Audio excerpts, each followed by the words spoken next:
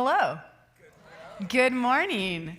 It is lovely to see everyone on this finally a cool kind of spring morning. What is up with like this summer weather, and then we had snow, and you Coloradans need to talk to your state, because in California we have consistency. It is hot, and then it's warm, and then it's hot. So that's all that I'll say about that. Well, good morning, welcome. My name is Brooke, and I'm the associate pastor here. If you are a guest this morning, it is good to see you. Glad you could come and hang out with us today. I am from California, that's why I make those jokes. I know you're not supposed to explain your jokes, but it just didn't seem kind to not for the guest. So I've been here 5 years, but that's still home. But anyways, I find that a lot of times when people walk through our doors and land here for the first time, they often walk in carrying a lot of pain or frustration or anger or kind of feeling a little lost. And I remember walking into this space feeling exactly that way in August of 2021. And I was feeling super discouraged, and I was feeling very unwanted and excluded. And honestly, I was feeling pretty angry. Anybody have some anger to deal with? You don't have to raise your hand. So I found a lot of healing here, and I found a lot of hope. And so I hope if you walked in here today and you can relate to any of that, I hope that you can find some of that and walk away from today knowing that you are loved exactly as you are today. And for the rest of you regular attenders, did you have a good morning? Was your coffee warm? Someone told me the coffee was good today. I didn't have any. So I hope that it was delicious. And I hope that you're all being nice to the guests, all right? Let's not scare them, all right? We need to put on our smiles and be kind to them today. Or maybe you were like me and, had a toddler that was ready to go this morning. And the best alarm clock, she did sleep in today. So it was around 7 when I got up instead of 6. So that was nice. But best alarm clock, highly recommend finding one. Anyways, I have a question for you this morning. I always like to start our time together with a question. Have you ever walked into a room and immediately felt on edge, and you just were not sure why? Like you walked into a space and you were like, ooh, something is up. I know many of you are like, Brooke came to church today. That's why I'm feeling that right now. I don't trust this. I understand that. But maybe you walk into the space and nothing has even been said yet, okay? You just walk in, nothing's happened, but something in you is very guarded. Or maybe it's like bracing for the moment, and it doesn't really take much, right? Maybe just like one look from a person, and you're like, that was it, see? Told you. Maybe it was a tone or just a short response, and you start to feel some things rise within you. Maybe you start to feel frustrated or hurt or angry. And like the moment you walked in, that edge starts to become reality. And then you leave the interaction and you think, what in the world just happened? Right? You walk in, you're not maybe even expecting it, and then you walk out and you're like, I have no idea what that just was. What was that? Or this is probably another familiar one. You open your phone to read a text message. That's more of it. All right. You open your phone to read a text message, and as you're reading the message, something begins to shift like immediately. Right? You've maybe read just a few words from this person. And again, in a text message, there's no tone. You can't see the facial expression, but it just lands wrong. So you read the text message again, right? Because you're like, whoa. And then you still feel that something is just off. And before long, you're not just reading the message, but you're reading the message. You're totally reading in to what may or may not even be in there, just like you did when you walked into the room. And the thing is, assumptions, here's your first fill, and I tried to get it early so you wouldn't start to check out on me. All right, assumptions, they live in our bodies way before we even notice them in our minds. assumptions. We'll start to feel them. We'll feel the heat of anger or the sweat of anxiety or the jitters of nerves, right? Start to live in our bodies before we even notice what is even happening. We feel them, the discomfort, and we start to react to them. We're starting to react to the feeling in our body because we don't like to be uncomfortable. I do not like to be uncomfortable. Turning that AC on when it's hot, heater when it's cold, give me the heated blanket. I don't want to be uncomfortable. And so we begin to react to it though. We feel something, maybe not even knowing what it is, and we start to react. And all of these narratives, these stories, these biases that we have, they're just flowing unannounced in our minds. We all have the narratives, right? The experiences that we've had in the past that told us something. So then when we're in that same space again, of course we know what's going to happen. Or maybe it's the stories we tell ourselves about people that look like that. Or maybe it's just the biases because of what they've done to us, right? And they just flow so unannounced and automatic in our minds that our bodies are reacting to something our mind hasn't even caught up to yet. And then we continually find ourselves reacting, not maybe to even what is actually happening, but to the version of what is happening in our heads, right? There's a situation happening in front of us, and it's not actually that our body and our minds are responding to, but the stories that we've created inside of our minds. Brené Brown, in her book Rising Strong, big Brené Brown fan, she expands on this idea of storytelling, is how she names it. And she says this: our brain rewards us with dopamine when we recognize and complete patterns. Stories are patterns. In other words, our brain loves a good story. The brain recognizes the familiar beginning, middle, and structure of a story, and it rewards us for clearing up the ambiguity. Unfortunately, we don't need it to be accurate, just certain. Feels good. I know exactly what you're thinking, or I know what that look meant, and we know it. And we don't, even if they tell us we're wrong, even if the universe spotted down a little screen for us to see how wrong we were, I probably wouldn't believe it because I would feel certain in myself, in the story that was already there. And man, do we love how that dopamine feels when we have a story and an experience matches that story and our brain is releasing all of that. It feels so good to the mind. Not so great for relationships, but great for the mind. Now, I do this much more than I would like to admit. You can just ask Angie, my wife. She can give you many stories. I love a good story. I love a good narrative. I know, all right? Don't challenge it, I know. And I have answered. I have assumed intent without asking. I absolutely have assumed, well, they did it because of this. Or I have assigned meaning to silence, right? Maybe someone seems distracted by something and I'm like, well, they're clearly upset with me. Or I have totally created distance when there wasn't any to begin with. Like, I am guilty of all of these things. I love a good story. History tells me so, and I love to stubbornly stay in that.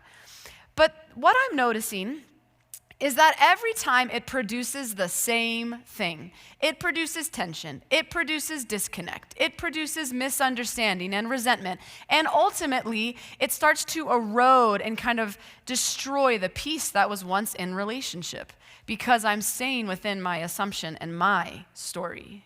Have you ever done this? There should be more hands up. You are telling yourself a story right now. Maybe the person, here you go, maybe it has a person next to you done this. Maybe, I don't know. You guys can talk about that later. We're guilty of this. We love a good story. And the funny thing is that our confidence, we have so much confidence in it too, but our confidence in our reactions, it gives us this false sense of control. Like, I know I'm right, and therefore I'm totally in control of this situation, even though we don't. And so we assume we must know. And obviously, because we know, we have to be right. And so therefore we react. Are you seeing the cycle here? And here's the problem. We don't react to what has happened or what happens. We react to what we think happened.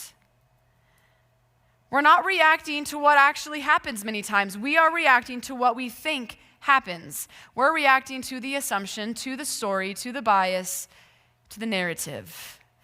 And when we make all of these assumptions, we're starting to honestly kind of create a person or a relation or a problem. We're creating kind of something out of nothing. And then the very person or relationship that is actually in front of us, our assumptions make them sort of invisible because we're not actually seeing them. We're seeing a version of them that we've created, that we have assumed. And over time, as we continue down this path, something unintended happens. We continue down this path, and then all of these assumptions, they turn into actual beliefs. So now they're not just theories in our minds. Now they're not just like something that we, have just like assumed, but we actually believe them about others. And these beliefs, they shape how we treat other people. And honestly, most importantly, they shape how we treat ourselves. Because you better believe this cycle that we go through towards others is almost always internalized, where we create the stories about ourselves. Well, of course I reacted that way. How could I not? Of course I'm going to fail at that. And we begin to live not based on who we actually are or who they actually are, but based on who we have decided they are. And this honestly leads us to turn into a bunch of know-it-alls. And I'm in an elementary school right now. I'm doing my student teaching. I'm getting my master's in teaching. And let me tell you, nobody likes know-it-alls. I'm just letting you know. Kids have told me it's a thing these days.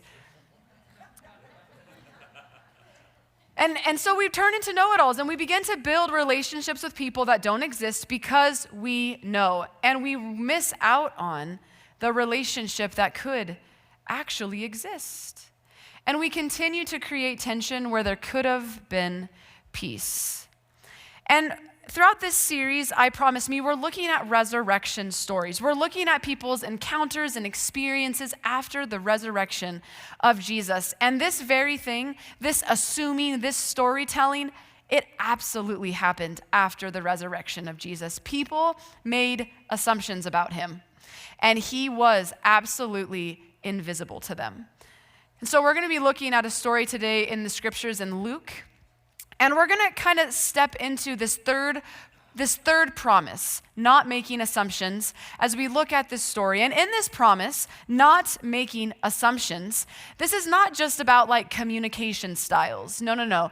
It is deeply about the stories inside of our minds that we are telling ourselves.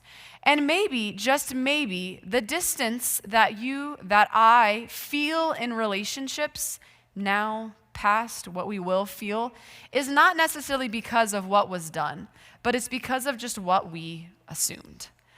And this is a familiar experience of the resurrection story. It's absolutely familiar to the followers of Jesus after he had died. And so in Luke 24, we're going to be looking at kind of like a chunk of scripture. I know you're not supposed to do that. I know you're not supposed to read big paragraphs, but I'm going to. So follow along, assume good things about me.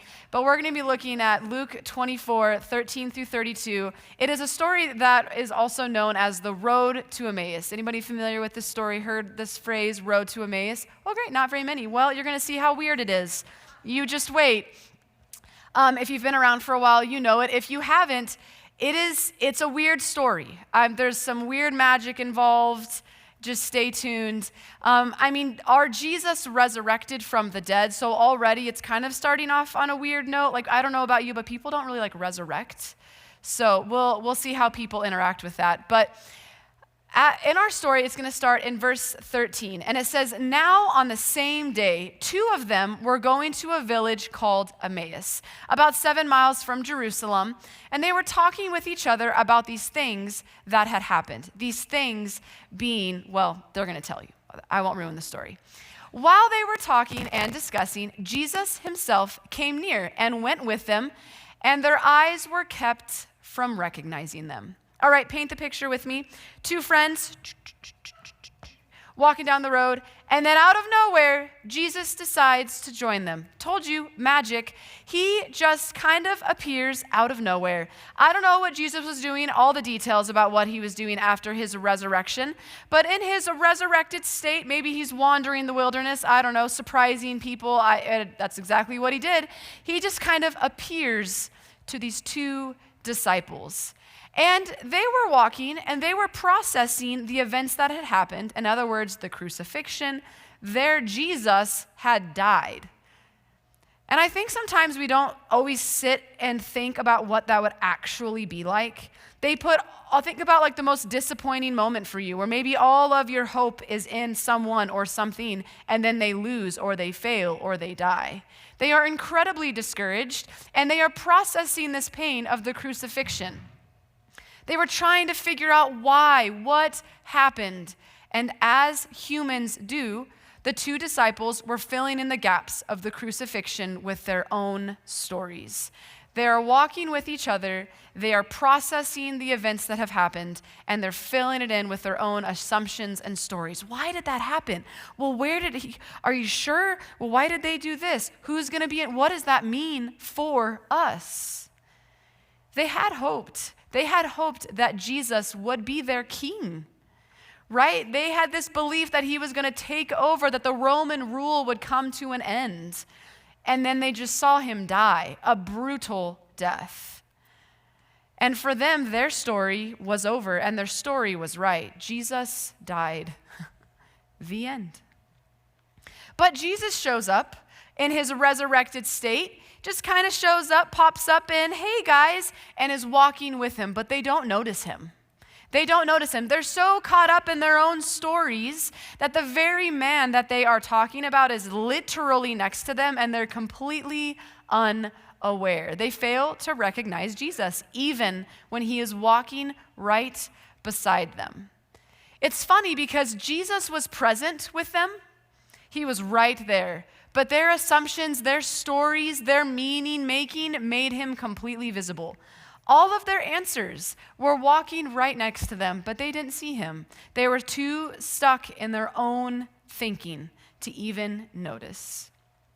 They were certain their Savior died. End of story. What else was there to explore? They saw him die. It was over. Hope was gone. I love what Jesus does here in verse 17. He says to them, "What are you discussing with each other while you walk along?" And they stood still, looking sad. Hey guys, what's the news? The man himself is standing with them, asking them what is going on. That is just weird to me, and just an interesting picture when I think about these two disciples standing there, looking sad and defeated. And he is the person that the irony is just, it would be a really great comedy or something, but they had accepted defeat. They had accepted defeat. They had assumed their Savior was died.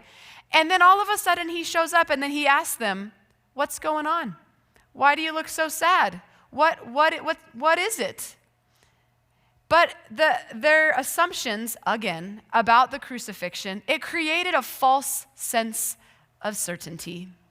He is asking them what is going on, but it didn't matter. It didn't matter to them what was necessarily going on because they already know and they already assumed, and they had this false sense of certainty. Like, dude, why are you asking what happened? Did you not see it? Jesus is dead. And then one of them, whose name was Cleopas, answered him, "Are you the only stranger in Jerusalem who does not know the things that have taken place there in these days?" I'm adding the sass, I admit. Because I just feel like if some major crucifixion happened, right? Jesus died, they are walking sad, and then this person asked them, what's going on? Why do you look sad? I'd be like, are you serious? Pay attention. Check the news. I feel that way towards a lot of people today, let's be honest. I'm realizing that's coming from somewhere real. You all relate. Okay, good. And then Jesus does the silly thing again, and he's like, what things? Maybe he not. I shouldn't add sass to Jesus. Who knows? It's just, I don't know, maybe I'm feeling sassy today. But what things? You know who this reminds me of? It reminds me of therapists. Yep, you know that moment. You're in therapy. Don't ask like you all haven't been there. You're here. I know you've gone to therapy.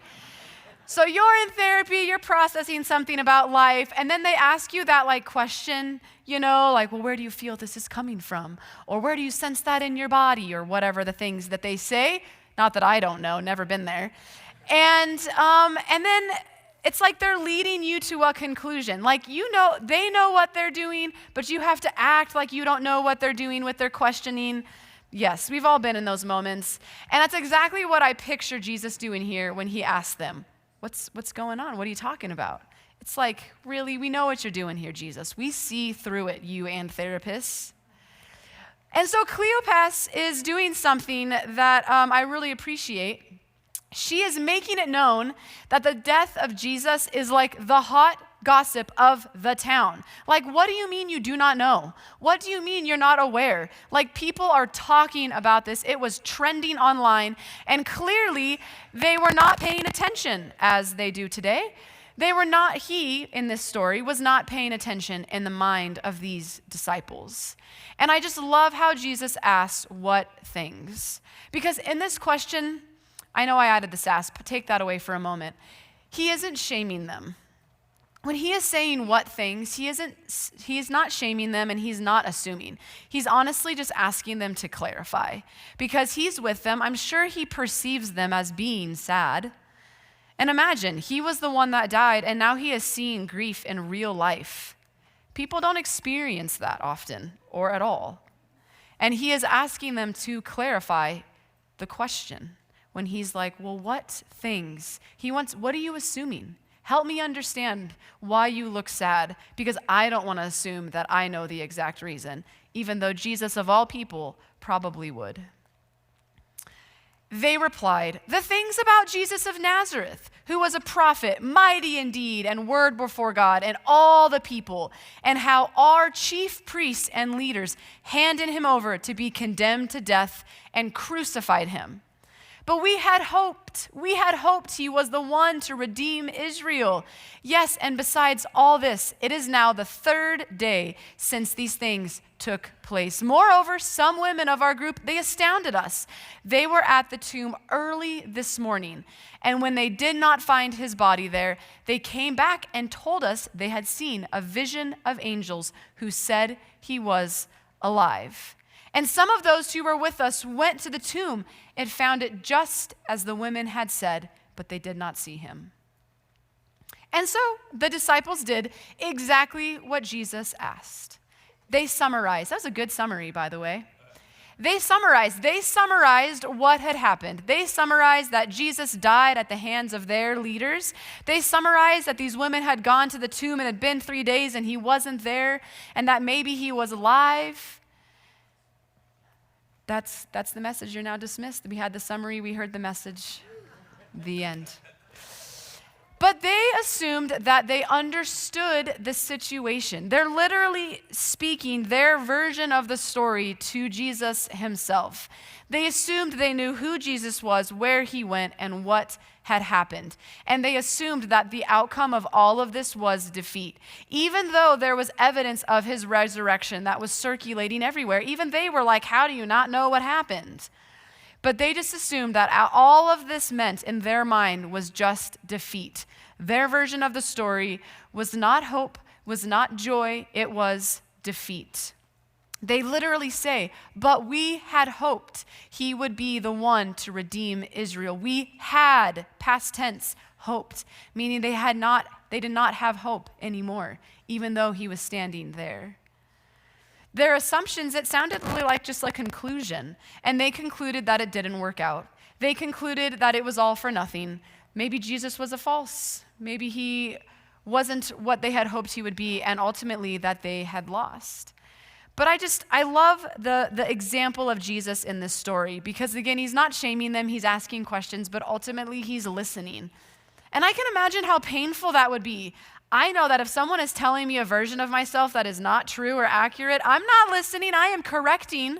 All right, you do not get to tell me who I am. And yet Jesus is there amongst them and he's listening.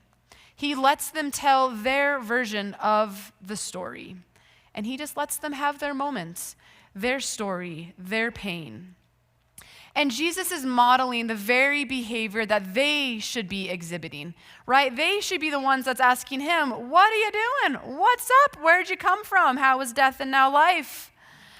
But they're not. They are not leaning into this curiosity. They're sitting in their story of certainty. And Jesus is modeling to them this curious, this questioning, this, well, what happened? Tell me. And they say to him, and he says to them, oh, how foolish you are and how slow of heart to believe all that the prophets have declared. Was it not necessary that the Messiah should suffer these things and then enter into his glory? Then, beginning with Moses and all the prophets, he interprets to them the things about himself in the scriptures. I would have loved to have heard that. Could you imagine Jesus telling you exactly what happened? We wouldn't even need to be here. Church wouldn't need to be church, right? Because we'd already have all the answers. But he begins to reframe it. He sits with these disciples who are defeated in their assumption, and he lets them know, he explains to them that it's not what it has seemed. And he's not dismissing them. He's not saying, get it together, but he is walking with them. He's going back into Scripture, and he's walking with them, showing them what they have assumed, and that what actually happened was part of something much, much bigger. I would have loved to have heard that story. I would have loved to have heard all of the things that Jesus would have shared about this experience from the scriptures. I think that would have been phenomenal. Continue reading. They came near the village to which they were going, and he walked ahead as if he was going on. Jesus must have been a fast walker here. And they urged him strongly, saying, stay with us, because it is almost evening, and the day is now nearly over. And so he went in to stay with them. And when he was at the table with them, he took bread, and he blessed it, and he broke it, and he gave it to them. And then their eyes were opened, and they recognized him, and he vanished from their sight. Magic, telling you, showing up and just disappearing. I don't know, it's like he's like, oh yeah, I'll go along with you, I'll be all cool. And then he's like, bam, it's me, Jesus, see ya. And he's just out of there. I'm telling you, it was not a real, it was like a spiritual resurrection. It's not normal to walk through doors, to just show up and just disappear. This is not normal stuff. We're not seeing that today, show up. And this doesn't work. It's just not a normal thing. And yet for them, he just shows up with them, and then now, the moment they realize, oh, it's him, he's like, I gotcha. Anybody like to watch Modern Family? Oh, yes. I love Modern Family for so many reasons, but Phil Dunphy is just an icon, all right? If anybody knows Phil Dunphy and his magic, he is just an icon. And you know what this version of Jesus reminds me of? It reminds me of Phil Dunphy when he's doing all of his magic, and then he's and then he just makes himself disappear, and he just vanishes. And that's what I think of here when I think about Jesus being it is me, poof. I just think of Phil Dunphy. That was free. You can add a little tip in the offering for that one. Phil Dunphy, what an icon. I don't know. I just don't know how to make this a serious moment, because people disappearing and then coming, it's just really weird for my mind and my imagination. I told you, it's just weird stuff. But anyways, in this moment, he is with them. He decides, hey, I will come with you. Again, up until this point, they don't realize it's Jesus, okay? He has asked them questions. He has walked with them. He explained his own story to them, and they still do not recognize that this is their Savior until he's at a table with them. He takes the bread and he breaks it. Maybe they saw the scars. I don't know what the magical moment was, but they finally realize that it was him, and that this story they had been telling themselves was wrong. It says in Luke, at the last verse, that they said to each other, were not our hearts burning within us while he was talking to us on the road, while he was opening the scripture to us? Jesus at this point now is poof, gone. And now they are sitting there and they're just reflecting. And they're like, wait a second, something was off. Something in my body or something was telling me that something was going on. And we missed it. Their assumptions were telling them something. Their assumptions were telling them that this man meant something, that there was something here, and they totally missed it. They missed it. Their Jesus, and by the time they recognized what had happened, he was gone. Truth was present. Truth was with them, and they completely misread it. They just missed it. And so I don't want you to miss this. Throughout the lens of this third agreement, don't make assumptions, right? We're in this series, I Promise Me, with the 4 agreements. We're on our 3rd agreement today. Don't make assumptions. This story just exposes how quickly we settle into a conclusion without seeking deeper understanding. This story just shows us how easy it is to get stuck on this path of assumption, story, and belief, and to miss so much. The disciples, they were not wrong to feel grief. Their Jesus just died. They watched, even if it wasn't even about him being the Savior of the world, that was a brutal death. The cross was awful. Maybe it wasn't even about him, but it was just about the violence that they had observed. But they were not wrong to feel sad, but they were absolutely mistaken in the story that they told themselves about what it meant. Their grief was valid and real and painful, but their story was so inaccurate. And their assumptions, it blinded them to the presence, to the truth, to the very person that they needed, and he was right beside them, and they missed it. And the same thing happens to us when we assume we already know what is going on with a person, a situation, whatever it might be. We miss so much. And so I don't want you to miss this. I promise me that I will make curiosity a spiritual practice. We really try to lean into that here at Crossroads. We really try to not lean into certainty, to not say that we know, because I don't. But this curiosity, leaning into that is a spiritual practice. And it is the promise that we should be making to ourselves every day. If you aren't sure about something, clarify. Ask those courageous questions. It absolutely takes courage to ask yourself, the other, whatever it might be, to ask. And then just watch. Watch how relationships begin to shift. Watch how they just begin to shift. So what does this mean? What does this mean in your just everyday normal life? Well, remember, you won't eliminate assumptions. They are automatic. I'm sorry to tell you that they're not gonna just go away. We have had years and years of practice and experiences that have happened in our lives and stories that have taken place. And so these assumptions that are just flowing in your mind, they are not going to go away. You are not going to necessarily get rid of them. They are gonna show up, but guess what? We don't choose our thoughts, so you're not a bad person for making the assumption. You can have grace for yourself. They will flow and they will come. But that does not mean that you are bad or wrong or failing. The goal is not to eliminate them. The goal is to interrupt them, to say, whew, pause. I don't know.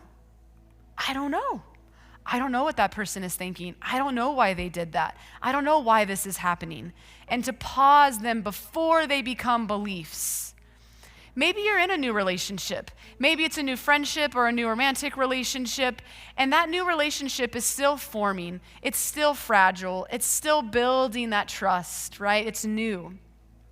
This is what an assumption might sound like. It might sound like, well, of course they did that because maybe you're basing something off of past relationships or experiences. Maybe you're in a new friendship and your friend just says, hey, I'm not available to hang out tonight. And you assume that they're doing what the other friend did and that it's not because they're actually just tired and they're being honest with you, but it's because they secretly don't want to hang out with you.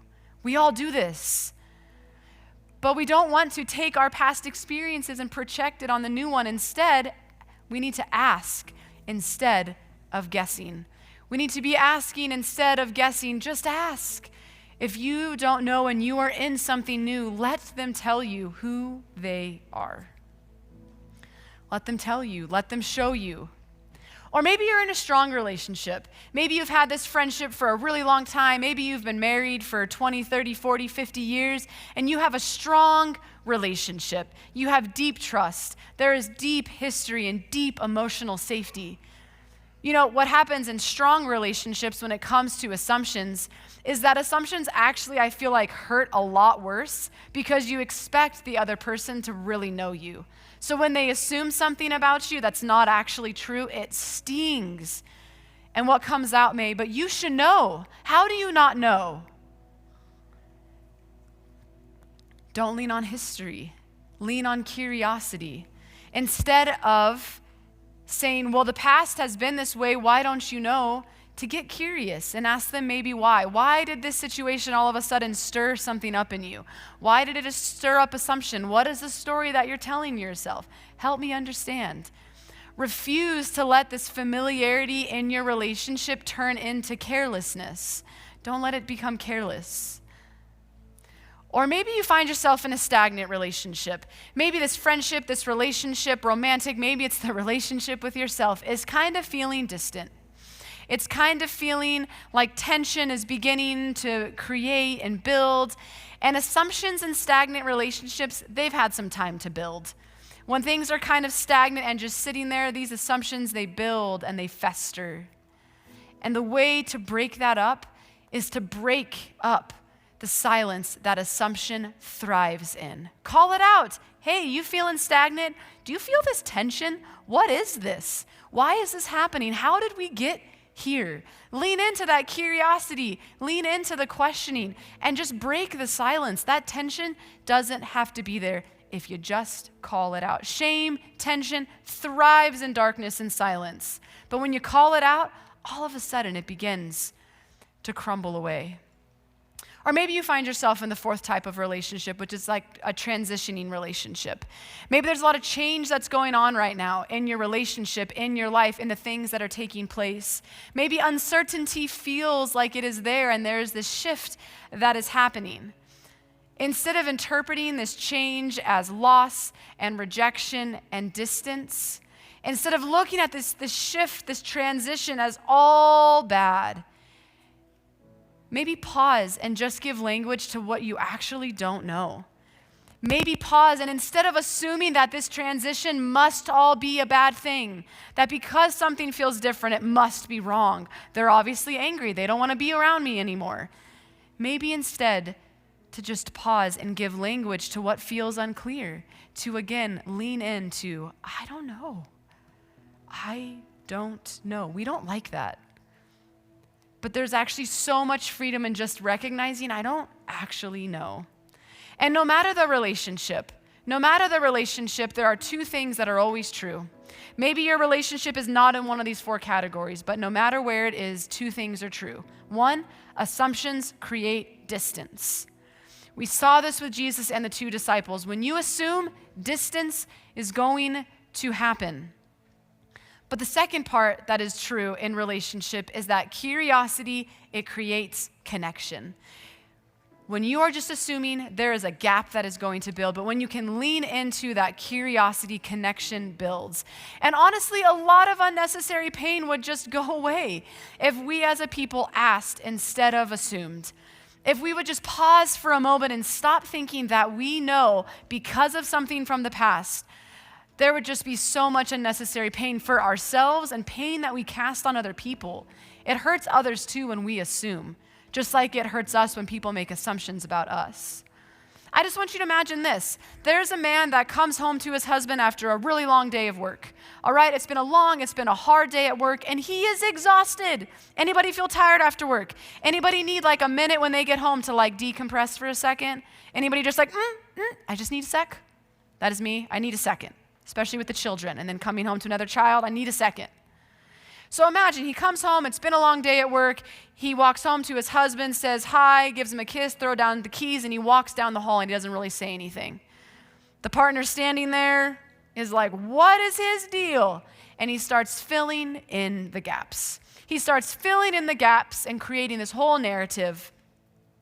He goes in after the experience, his partner's down the hallway, maybe he starts making dinner, doing whatever, and they sit at dinner and it is tense and it is awkward, and nobody's really talking about it, right? And then they're at dinner. The tired husband says to now the very angry husband, "Are you okay? Seem a little off. What's going on?" And the husband does that bitter laugh, ha, wouldn't you like to know? And he says, "I thought you were upset with me. You just walked in the door and went down the hallway. I thought you were mad at me." And the tired husband then says, "No, I had a really hard day at work and I didn't want to bring that into the house. And so I was just taking a second." Nothing was necessarily wrong, right? And yet for moments and hours, they lived in such unnecessary tension. So imagine instead, the tired husband walks through the door, throws down the key, same experience, walks down the hall and still says nothing. And instead, the tired partner says, in his mind, something's off, and walks down the hall and says, opens the door maybe, "Hey, everything okay?" To which the husband's probably laying in bed, end of the day, just groaning. I don't know what you all do, but I usually just am like, "I need a second." And says, "Nope, just been a brutal day. I'm having a hard day. I just need a second." And the husband says, "Okay," gives him space, and then the night is quiet and restorative. Same moment, same experience, same people, but two completely different outcomes. The only difference is that one assumed and one asked. It truly is that simple. To pause and be curious and be humble, and maybe, just maybe, you don't know and you can't read their minds, because peace begins the moment you stop assuming you already understand. When you stop assuming you already understand, it gives opportunity for curiosity and clarity in these things to live and exist and thrive in relationships and in your relationship with yourself. And so what might be God inviting you into today? Maybe it is simply just going back and reading this Road to Emmaus story and laughing at the magic and relating to the story of these disciples and thinking, would I have done that same thing? How would I have responded? Maybe it's taking a minute to just reflect on that. Or maybe before you assume this week, before you just react, before you pull away, to stop and pause for a moment and ask a clarifying question. Maybe explore where your assumptions are coming from with a licensed professional. I think there's so much power in being able to look at these stories and these narratives that we live in with someone that has experience, because then we can begin to understand ourselves and maybe just have some grace and understanding for when they come up. If you were like me and you grew up in high control environment, that was high control religion, that had all of the answers, that you grew up in certainty, I bet there are a lot of stories and narratives that still live within your mind and body that are coming out. And so as we move into our communion moment, I want us to just remember the two disciples that were on this Emmaus road. They were two friends, and they were grieving the loss of relationship. Their Jesus had died. And they were certain that they understood the story, but Jesus showed up right in front of them and they missed it. They totally missed it. And I know many of us have done the exact same thing.